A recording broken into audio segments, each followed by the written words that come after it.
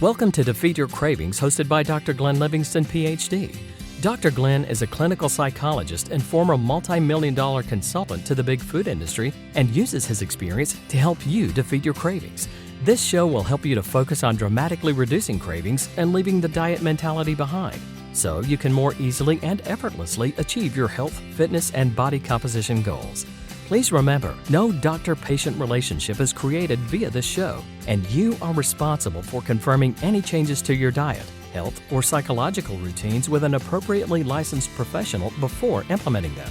Before we get started, if you haven't downloaded the free smartphone app to access dozens of these recordings all in one place, as well as to avail yourself of a confidential community for support, motivation, and assistance, please visit the podcast link on defeatyourcravings.com as soon as possible. And now, here's your host, Dr. Glenn Livingston. Hey, it's the very good Dr. Glenn Livingston with defeatyourcravings.com. And I'm here with a long-term client and respected colleague, actually. Amy, how are you? I'm great. How are you? I'm very good. Looking forward to talking to you. Amy has been around as long as just about anyone in our systems. My old program had a lot of progress, had some stumbling blocks along the way, had some frustrations, probably still does. But she's recently been integrating her thoughts on some work with other programs. Is that what you wanted to talk about, Amy? Yeah, I wanted to talk about how I was integrating with another program and then also to go into a little more detail about my past stumbles and my current stumbles and get your insight about that. Of course. Tell me. Oh, yeah. And when you say I've been around for a long time, to remind you, you didn't believe how old I was. So there's that too. I thankfully have a little bit of teeth and hair left, but my forehead has become a 5-head, and I'm not immune from age jokes. So happens to all of us. Can't do anything about it. You take the lead. Tell me where you want to go. Okay. Well, I'll give you my background to see if that helps at all as to, what I was doing and why. When I first started working with your program, and I can tell you about the rules I made and the ones I changed and all that, but I think to sum it up, the first 2 years that I did, I kind of thought of it as a way to help diet. So, I wasn't successful on sticking with a diet, which I'd been on, all my life since I was a teenager. So I treated the program as how to make rules to help me stick to my diet. Yeah, a lot of people do that in the beginning. And then the second year, I realized that wasn't a good idea. And then I tried to figure out something called, quote, normal eating, unquote. But I still wanted to lose weight. So the only way I could figure out to do that was, the calorie deficit. So I'd either count calories or restrict calories. What's the difference between the diet mentality and quote unquote normal eating in your estimation? Well, what I figured out recently, and that's where this other program came in, your program talks about rules, which I loved. And I developed rules that were first diet rules. And now I have rules that are, quote, normal eating rules, which I can talk to you about what that means. But what this other program taught me was if you've been on a diet long term, or if you just have that mentality, then you have a lot of restrictive words and thoughts that you use all the time. Like, I can't eat that. I'm not allowed to eat that. And I hear people on calls all the time say, I don't allow myself to, have snacks between meals or whatever it is. And that this prohibitive thinking, she calls it, helps to keep you feeling deprived, as opposed to you've chosen to limit something or other for a reason other than weight loss, which is another thing that you've said in your program too, is that if you totally focus on weight loss, then once you lose all the weight, you don't have the motivation. But she makes a big thing about specifically reminding yourself at all times of your non-weight loss motivation. Because the weight loss comes down the line, it's not an immediate reinforcer. So during the day now, I'll tell myself, I can eat whatever I want, as much as I want, whenever I want. And that's how I use her program. And then from your program, I have a hard and fast rule that says, I will never again eat after dinner or after 8 p.m. Oh, I see. Which is consistent with what you've said in the past, too, is that within your rules, you can use, quote, intuitive eating, unquote. Can I say a couple of things for the audience? I know that they're clear to you, but they might not be clear to the audience. Would you mind? Oh, no, sure.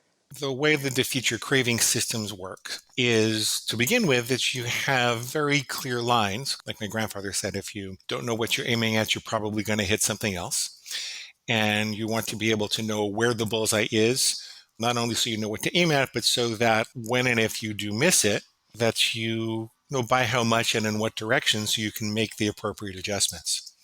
And then you commit with perfection, but forgive yourself with dignity if you make a mistake, and you just keep getting up and aiming at the bullseye and you do better and better. And one of the central objections to this idea is the idea that having a very clear bullseye, using a hard and fast rule, like, for example, I will never eat after 8 p.m. unless I'm out to dinner with friends or something like that. Having a clear rule like that stimulates your inner rebel and creates feelings of deprivation. You know, the counter version in the culture is mostly to try to eat intuitively, to jettison the diet mentality entirely, including any semblance of a rule, and to say, I allow this or I allow that. I'm giving it short shrift, and it's kind of a powerful part of the equation to be able to eat mindfully. It is proven that that's an important piece of eating well. But to essentially say, I'm going to eat mindfully, I'm going to try to be aware as much as I possibly can, but I'm not going to stimulate my inner rebel by saying, I have this rule, I don't do this or I don't do that, or I can't do this or I can't do that. What I've found over the years is that the people who succeed with that, they still complain to me that they feel like they're not eating as healthy as they could, and they don't necessarily get to their health and fitness goals or their body goals. And they wish that there was a way that they could utilize the benefits of having a bullseye that they could aim for and make adjustments as we talk about, without running into the pitfalls of stimulating the inner rebel. So first of all, one of the things I say is that this is not a situation without parallel in real life. Like, most of us know how to drive. Most of us have to follow a pretty hard and fast set of rules about what to do at a red light, what to do at a four-way stop, how do you merge onto the highway, who has right of way, and that kind of thing. Yet most of us, once we've learned the rules of the road, we still drive with presence. There's a lot of intuitiveness about how you conduct yourself on the road. You're mindful, but you're mindfully present, and you don't let the rules drive you crazy. You can daydream a little bit between red lights. You can call your friends or listen to music or listen to the news, or, well, I guess that's about the end of things you can do in the car while you're driving. But the point is, you can drive mindfully and with presence between rules. You don't need a rule to dictate your every single action. And it's the same with food. You can be intuitive and mindful and manage your food between the lines, but there are a couple of lines that I recommend, and I found people do better when they do find at least a minimal set of lines that work for them, because we don't really live in a world where it's possible to be mindful all of the time. And we also live in a world where everybody seems to have agreed to tacitly kill themselves with food slowly while they joke it off. And industry is producing these ever more hyperpalatable concentrations of starch and sugar and fat and excitotoxins that look to hit the bliss point in the reptilian brain without giving us the nutrition to be satisfied, which interferes with our natural ability to make decisions about food. And it goes so far as to include sometimes things in packages which mess up your ghrelin and your leptin levels and interfere with your ability to know when you're full. And the idea that we could be these mindful eating machines all the time, to me, it might have worked 100,000 years ago when we didn't sit between four walls and stare at computer screens all day and have all these crazy foods and stimuli available to us. And then the last part of that is that I'm not frightened of stimulating the rebel. I think feeling rebellious is just like feeling anxious or angry or down or sad or too happy. And people say that makes them want to eat. And I'll say, well, what you want to do is learn how to make your important food decisions with your intellect rather than your emotions. I don't want to reify the emotional reactions we have to rules or anything else in this world and cower in the face of the possibility that I could have an emotion, God forbid. I want to seize the day and feel all my feelings and know that my important food decisions and the limits that I want to follow are intact because I'm in charge, not my emotions. And rebelliousness is just another emotion. So what Amy is saying here is that she's found a very practical application of this, where she tells herself that she can eat as much as she wants and anything that she wants during the day as long as she stops at night. So she's got a rule, she's got a limit, but she doesn't really experience it as restrictive because she's focusing on the space between red lights, the space between yield signs, the space between stop signs. Am I right, Amy? Is that what you're saying? Yes, that's right. Okay. Didn't mean to be so long-winded, but Okay. yeah. What's the implication for you? How does it make you feel? How is it helping you? With the exception of a couple of mistakes, it helped me to overcome my main problem, which was the nighttime overeating and binging. My new problem, so to speak, I mean, you've said overeating is not a unitary habit. So my next habit I'm trying to get under control is overeating at meals. So at first I didn't have any specific rules about that except to say I didn't want to overeat during the day because my inner reptile, or whatever you're calling it now. You can still call it the pig if you I want can to. still call it the pig? Okay, so the pig was saying, oh, well, in order to help you out with not eating after dinner, it would be great if you eat as much as possible during the day so that you totally feel satisfied. So it was actually encouraging me to overeat during the day. I shut that down with the refutation. What was the refutation? Oh, well, the refutation was, I don't want to overeat. I don't want to keep gaining weight. That's not the point of all this. Even if I'm focusing on non-weight motivation, that doesn't mean I want to overeat and gain weight. Because focusing on gaining weight would be weight motivation too, right? In a way, yes, right. Plus, I won't feel great. I'll eat things that, don't agree with me or eat more than I really need. And, that's not healthy either. Yeah, I don't remember the specific refutation, but I read that to myself for a few weeks till I got that under control. And then I was doing okay, but not losing weight, or maybe not losing weight fast enough. I don't know what. I had this plan that I discussed with you maybe a couple of weeks ago about that I would write down whatever I ate after dinner and then journal about, was that too much? Was that overeating? What should I do next time? And you suggested, well, why don't you write it down beforehand so you can assess overeating before you do it? Made sense to me. What happened? Well, the first day I tried it, I was in a restaurant and I wrote down what I was going to have. And that was fine. And then they brought out the bread. And I thought, oh, shoot, I didn't write down bread. Oh, guess I can't have that. So that worked. So that was helpful. If we were to follow your insight from before, you would say, I guess I've chosen not to have that today. I suppose so, yes. I mean, I could have the bread if I wanted to, but I wrote down what I was going to eat, and I'm going to stick to what I wrote down. And then she also says, when you deprive yourself, you're going to have addictive desire. You need to accept it and experience the craving and work through it and all that kind of thing. So I did. I experienced my wanting to have the bread, but I didn't have it. Oh, I could always have bread another time. Next time I come here, I'll write down bread if I really want to, although theirs isn't the best, so I can do without that. So that was day one. So that was a success. Day two was not a success because I had discovered, and I forgot about this, I probably didn't discuss this with you before, but when I'm eating, now that I don't do the overeating at night, now when I'm eating a meal, I get to a point where I realize I've had enough and I can say to myself, oh, I've had enough, and then not have any more. But the second night, I'd gone to this Mexican restaurant and I wrote down I was going to have the mushroom enchiladas, but just one. And then I was going to have my favorite dessert there. So I had the mushroom enchilada, which was pretty filling. Even the one was more filling than I remembered. And then I had the rice and half of the beans.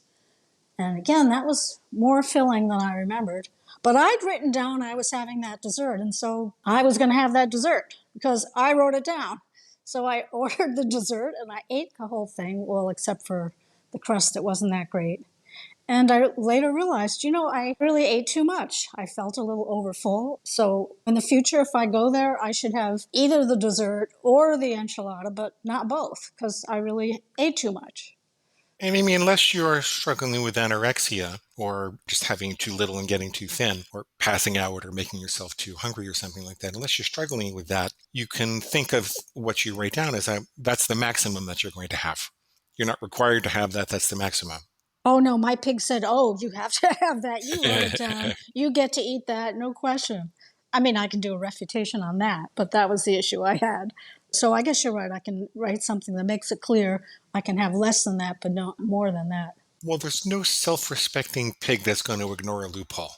The pig will take advantage of every opportunity that it has to get as much as it can. Some people get discouraged by that and they think that it's going to go on forever, but it's like a little game of whack-a-mole, and you figure out what loopholes the pig is wiggling through and you just eliminate them. The next day, I didn't have enough for lunch, or at least that's what I'm thinking about now. And so later in the afternoon, since I was probably overstimulated by the Mexican food and chocolate pie, I ordered a green chili burrito for an early dinner. And then I went to a tennis class for an hour. And then it was later at night, after the time I was supposed to eat, but I still had a snack, finished some cherries, and I broke my rule entirely for the first time in a month. And what caused that? I'm not sure what caused it. I think I must have felt like, oh, I don't get to eat dinner because, it's after 8 and I didn't really have a dinner. I really had a late lunch and I didn't have enough for, I guess it was all the pig making these excuses about you haven't had enough to eat, even though I had. Did you have enough to compensate for the exercise? It wasn't all that much exercise. In general, exercise controls my appetite. Actually, that was another issue, is that for like 2 weeks, I'd been running every day before dinner. And then all of a sudden, 2 days before I started writing my dinner down, I just didn't feel like running, like I was burned out on running before dinner. So I went back to my old habit of having dinner immediately after work. And that was probably what contributed to the little spiral there. So how can I help? I'm not sure.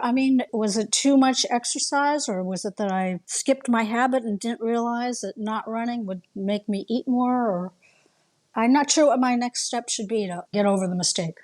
I want to choose the language carefully to leave you with as much power as you can to make choices here.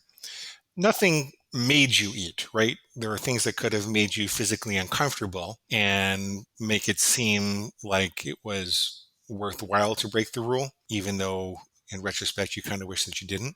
Yeah, I didn't even think about it. It's like I forgot, in quotes, that was a rule. Right. This is part of what we mean when we say that overeating isn't a unitary habit. It's a collection of habits. And there are a collection of stimuli and situations that create it. And so if you find that you forgot, then the question is, how do you remember? How do you remember next time, right? Do you have a little statement that you make before you have anything to eat? Yeah, I normally have a statement that I make before dinner, but that day that I had the late lunch, I didn't consider that dinner, so I didn't read the statement. So the pig said it wasn't a meal and it didn't count. You didn't have to do it. It didn't count. It was just a supplement to my lunch because I didn't have enough. I don't know what the statement is or how long it takes to read it, but you could have a minimal thing that you say before you eat any calories.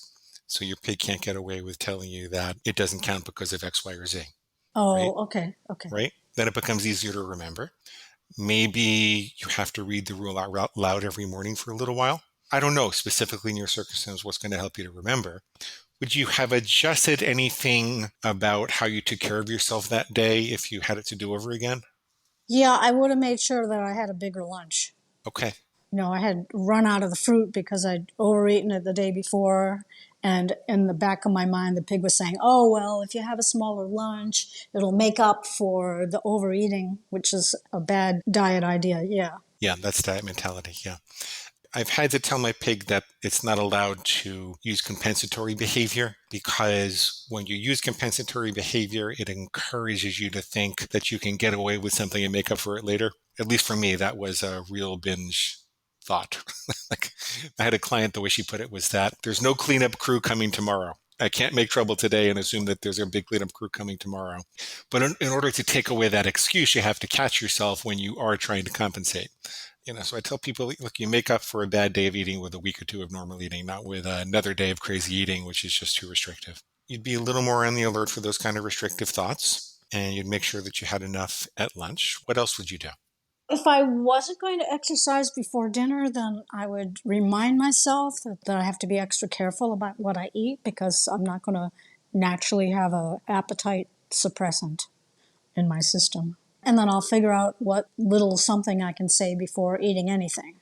What might it be?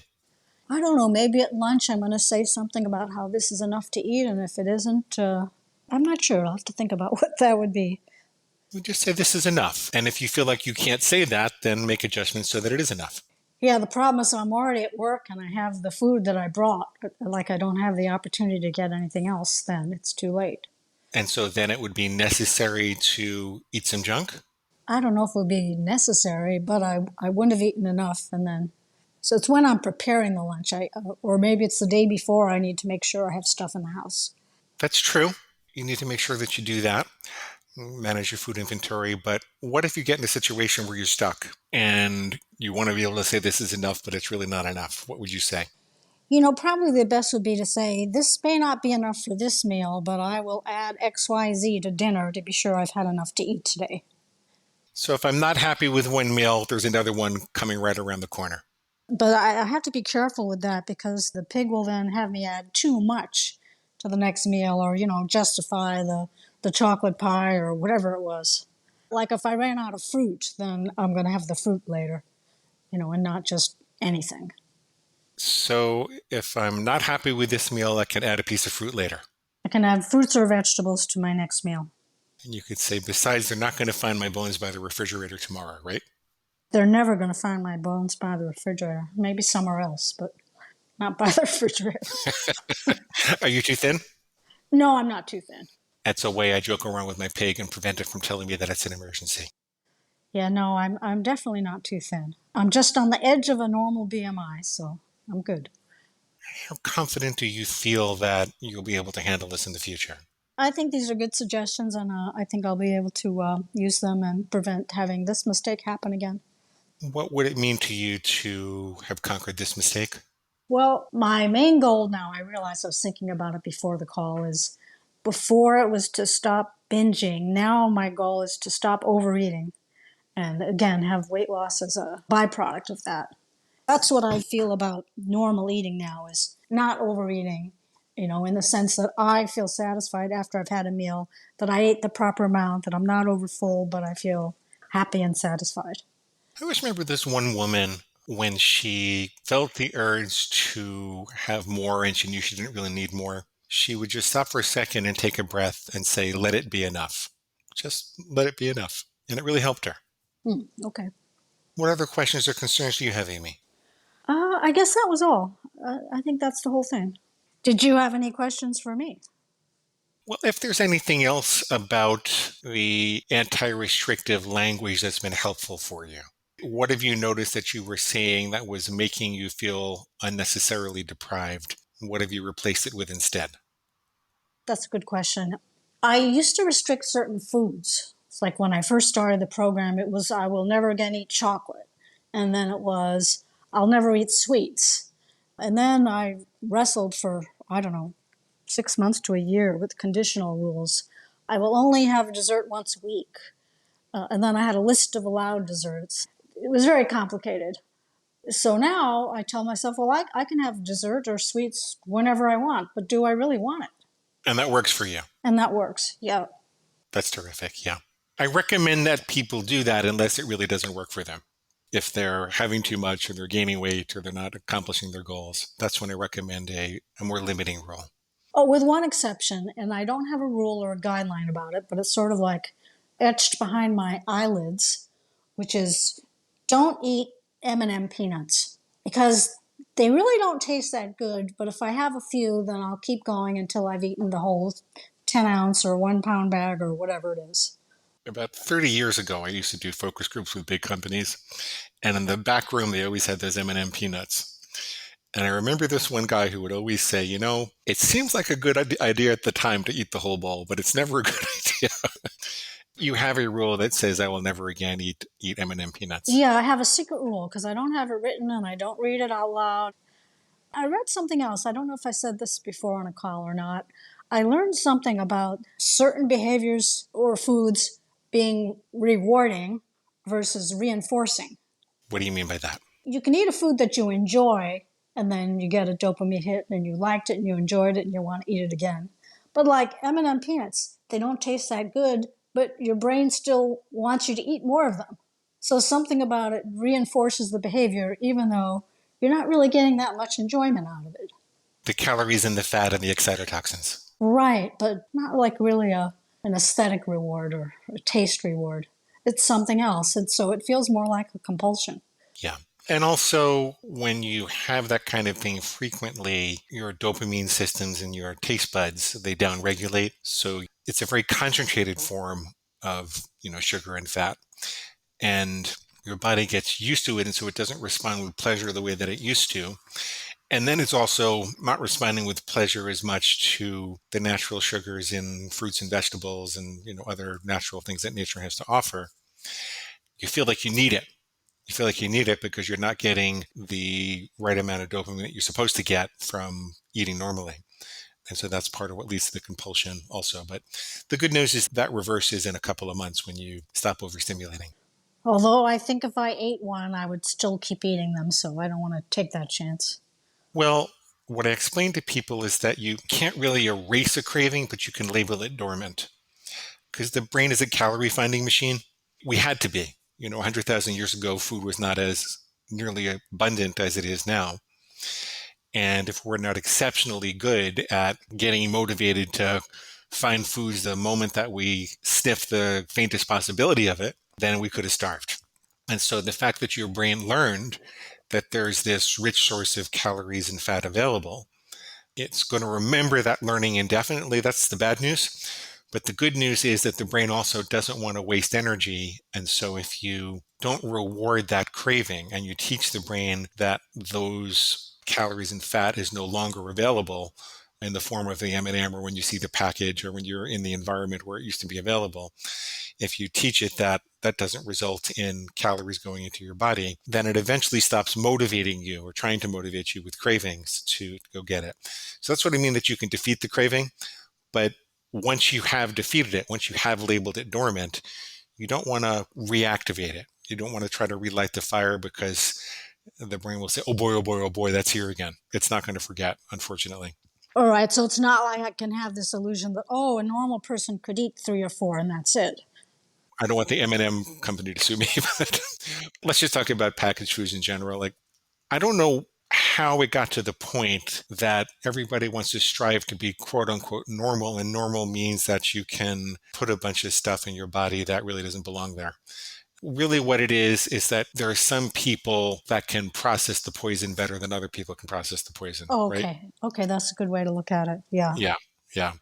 And there is pleasure associated with that poison. And so if you want to do that, I always say everybody makes decisions about where they fall on the continuum between, live fast and die young versus live slow and enjoy the ride. And it is a continuum, and it's not a black and white choice, and people make decisions all the time. And I think people have the right to make those decisions. So, if you think that M&Ms are a lovely thing and you want to have them and you're willing to pay the price for it, I really think that that's okay. That's part of what you want to enjoy in life and what trade-offs you're willing to make. And I just think people should do it consciously. Yeah, I don't think they are. I think there are a lot better foods. I mean, even just in the realm of chocolate, there are a lot better chocolates that are more worthwhile to eat than junky chocolate with fake colored coating on them. I guess we know that M&M Mars is probably not going to hire me as their spokesperson. Well, fortunately, you're not in that business right now. I'm not. The truth is we've probably sold a bunch of M&Ms by doing this today. Okay, did I answer your question then? Yes. Is there anything else? No, I think that's all. Let me look over my notes. Yeah, that's all I wanted to cover. Okay. And that brings us to the end of today's broadcast of Defeat Your Cravings, hosted by Dr. Glenn Livingston. If you'd like to find out more about the products and services Dr. Glenn offers to help you dramatically reduce your cravings and stop overeating in 90 days or less, please visit defeatyourcravingscoaching.com. That's defeatyourcravingscoaching.com. Thanks.